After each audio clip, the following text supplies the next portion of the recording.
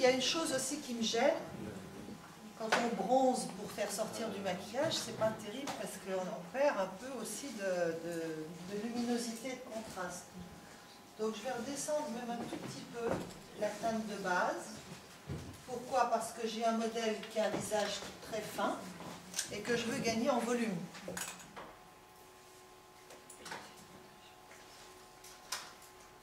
Alors comme on a un modèle avec des yeux un peu cernés et un peu enfoncés, rapprochés ici au point interne, je passe déjà un petit peu d'anti-cerne aussi sur ces zones.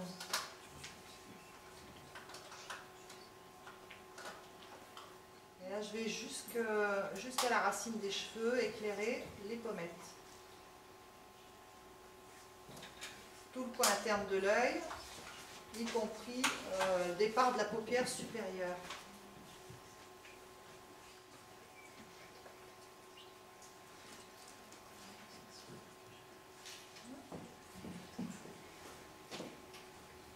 Le centre du front, ça peut être aussi une zone intéressante pour travailler les lumières. Le départ du nez. Donc il y a la teinte de base, et puis après il y a tout ce que vous allez faire en lumière. Donc ça c'est un modelage pour un visage fin. Maintenant, cet après-midi, vous ferez bien la différence entre les visages ronds, carrés, etc. Vous prenez ce que vous avez appris au premier trimestre pour appliquer toutes ces règles.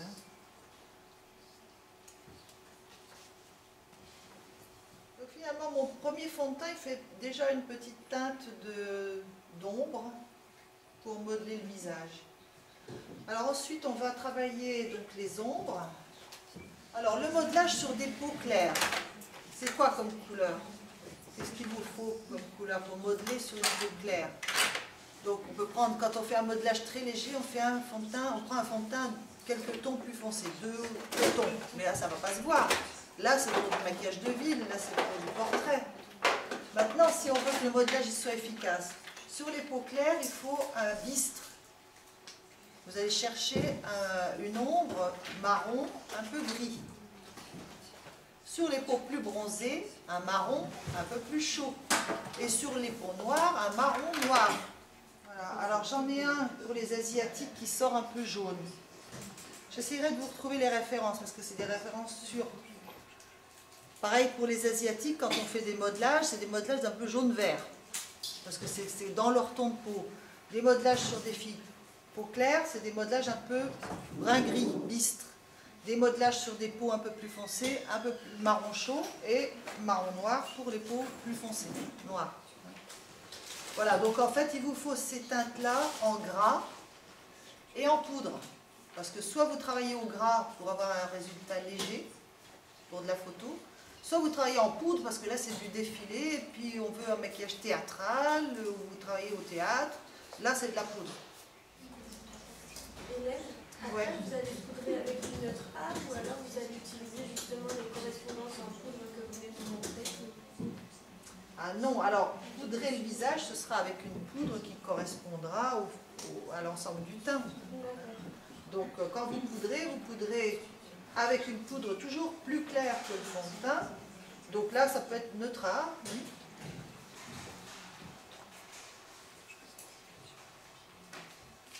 Alors quand vous avez une petite cicatrice en creux, ce que vous pouvez faire, ça il faudra peut-être y revenir à la fin du maquillage, c'est placer aussi un peu d'anti-cerne à l'intérieur de la cicatrice. Donc là, elle a une petite cicatrice ici.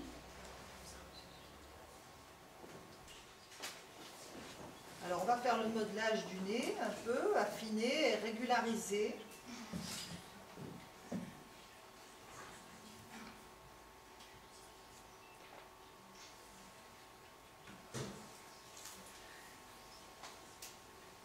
Donc on va faire deux lignes bien droites qui correspondent à l'arête centrale qu'on souhaiterait. Et puis on va bien analyser où est-ce qu'il faut qu'on pose notre fard. Alors vous descendez, vous laissez 1 cm, pas plus, même si c'est la fille elle est noire ou asiatique, hein, ça n'a pas de rapport avec la largeur du nez. Et vous faites 2 lignes, bah, vous essayez de le faire le plus droit possible.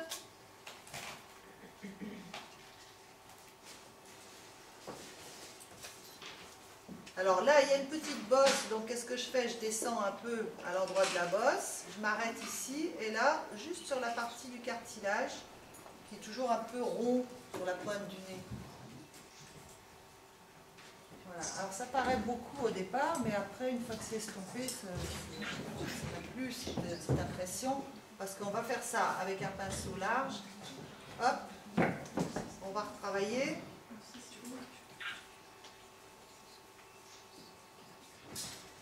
Avec un pinceau sec, après, ce que vous faites, vous retravaillez jusqu'à ce que ça devienne possible. C'est-à-dire qu'on donne un petit coup de flou, hein, au fur et à mesure, jusqu'à ce que, à l'œil, on pense que ce soit correct. Maintenant, il faut savoir qu'une fois qu'on aura poudré, on va perdre, hein, on va perdre de cette intensité d'ombre, jusqu'à presque plus la sentir. Hein. Alors, s'il y a un creux ici, vous pouvez mettre de l'anti-cerne, et on a mis de l'anti-cerne ici, au-dessus de la bosse. Hein, il n'y a que sur l'endroit où il y a un petit peu de volume qu'on est descendu légèrement de chaque côté. Alors, c'est pas la peine de mettre une lumière sur le nez, parce qu'elle a un nez qui est déjà bien formé. On ne met de lumière sur le nez que lorsqu'on a des nez plats, c'est-à-dire noirs, asiatiques, qui a un nez très plat. Si les narines sont un peu pincées, qu'est-ce que je peux faire? Je peux mettre de la lumière sur les narines.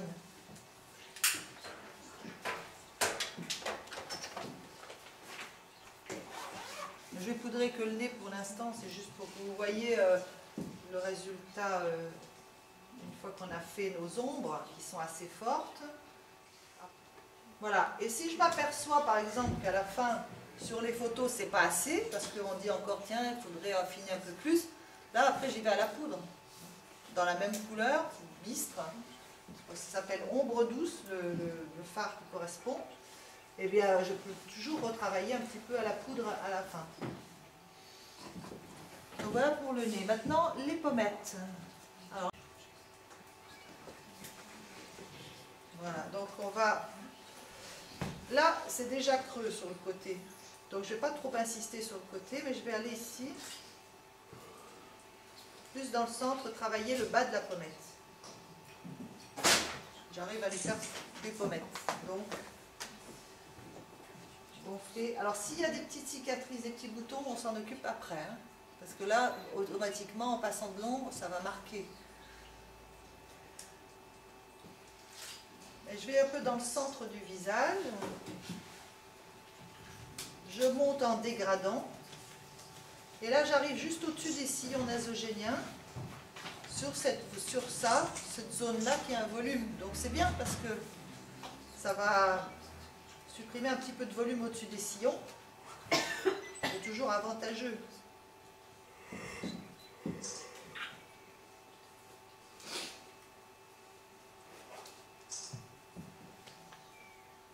Et du coup, ça va sortir du volume de pommettes. Maintenant, il faut que j'estompe bien tout ça jusqu'à ce que ça paraisse.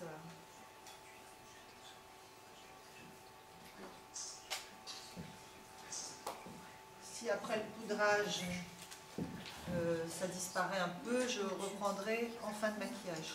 Mais la base éclat, on peut l'appliquer que sur des visages fins ou ronds aussi? Eh ben, oui, tu peux l'appliquer. C'est quoi? C'est une lumière. Donc, ta lumière, si tu reprends les croquis qu'on a étudiés, elle existe sur tous les visages. Eh oui, mais seulement elle est posée différemment. Sur les visages pleins, elle est posée en zone centrale, en triangle. Alors après, quand vous allez travailler, ce qui serait bien, c'est de travailler avec une houppe à poudre en main pour ne pas toucher le visage de votre modèle.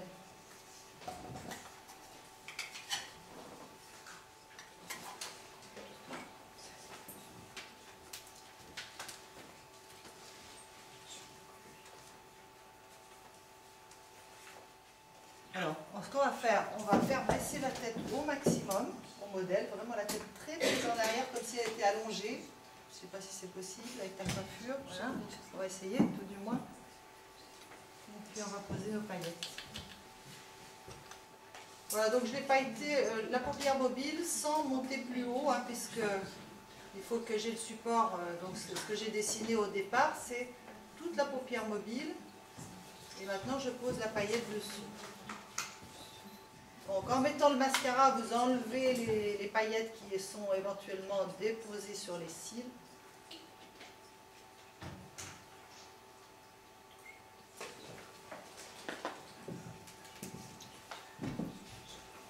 Alors on va enlever nos petites paillettes noires.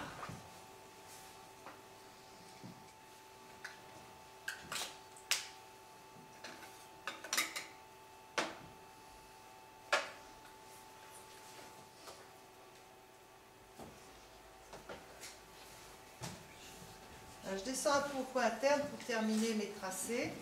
Je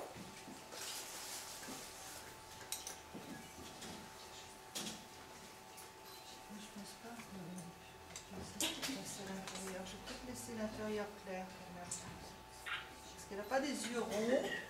Donc je suis en train de regarder ce que ça donne, mon maquillage. Maintenant, voir si l'œil est joli, s'il est en amande, s'il n'est pas trop arrondi. Pour opter pour travailler l'intérieur de l'œil. Alors des faux cils paupières inférieures, ça peut être intéressant sur ce maquillage pour encore accentuer le côté des yeux très grands, très mis en valeur et très sombres.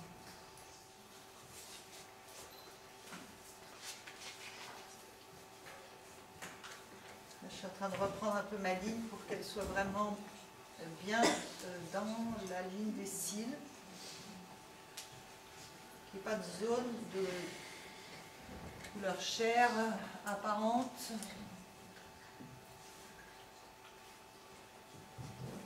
Le crayon blanc.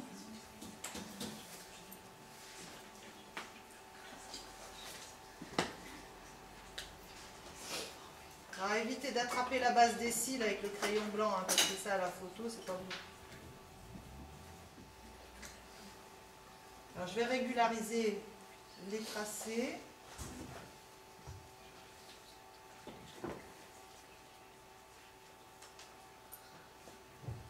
Tout ce qui est au coin interne, c'est super visible, donc c'est toujours le plus difficile à faire.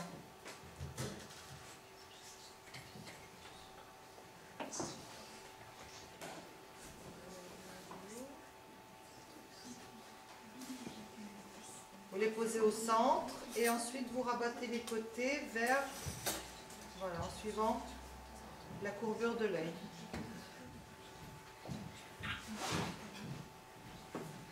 Là, vous intégrez presque le départ du sourcil, sans aller vraiment là où on a posé les anticernes avant, bien sûr, hein, au coin du nez, on avait mis de l'anticerne, donc là on ne touche pas. Et là, je vais partir vers la tempe un peu, en dégradé.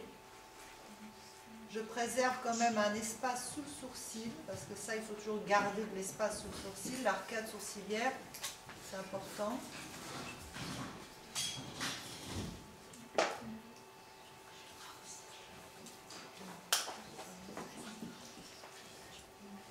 Donc là, pour bien délimiter, c'est le crayon numéro 3. Et ensuite, pour dégrader, ce sera un crayon proche de la couleur des lèvres, numéro 1.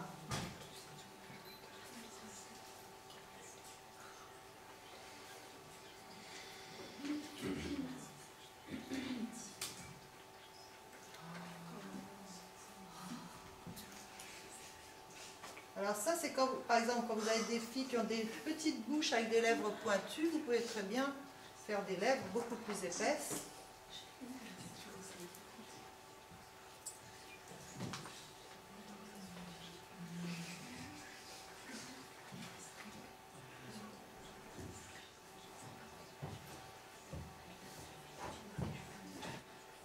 Alors quand vous avez une fille qui n'a pas de lèvres,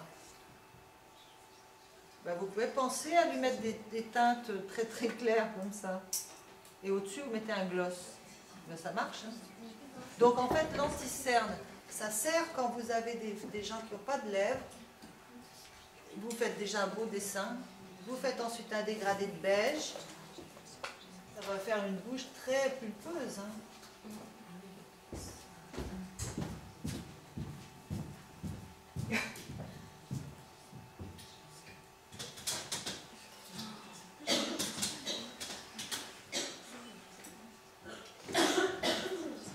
Alors, on va faire un petit dégradé. Je prends des beiges un petit peu plus soutenus sur l'extérieur. Donc dans ma palette des beiges, ici, j'ai quand même toute une gamme. Hein. La partie externe, je peux la peindre un petit peu plus foncée.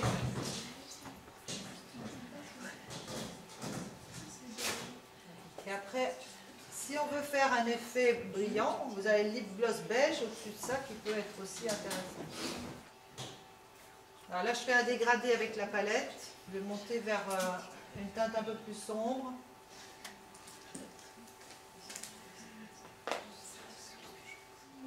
Donc le dégradé que j'ai fait au crayon, je le fais aussi avec le rouge à lèvres.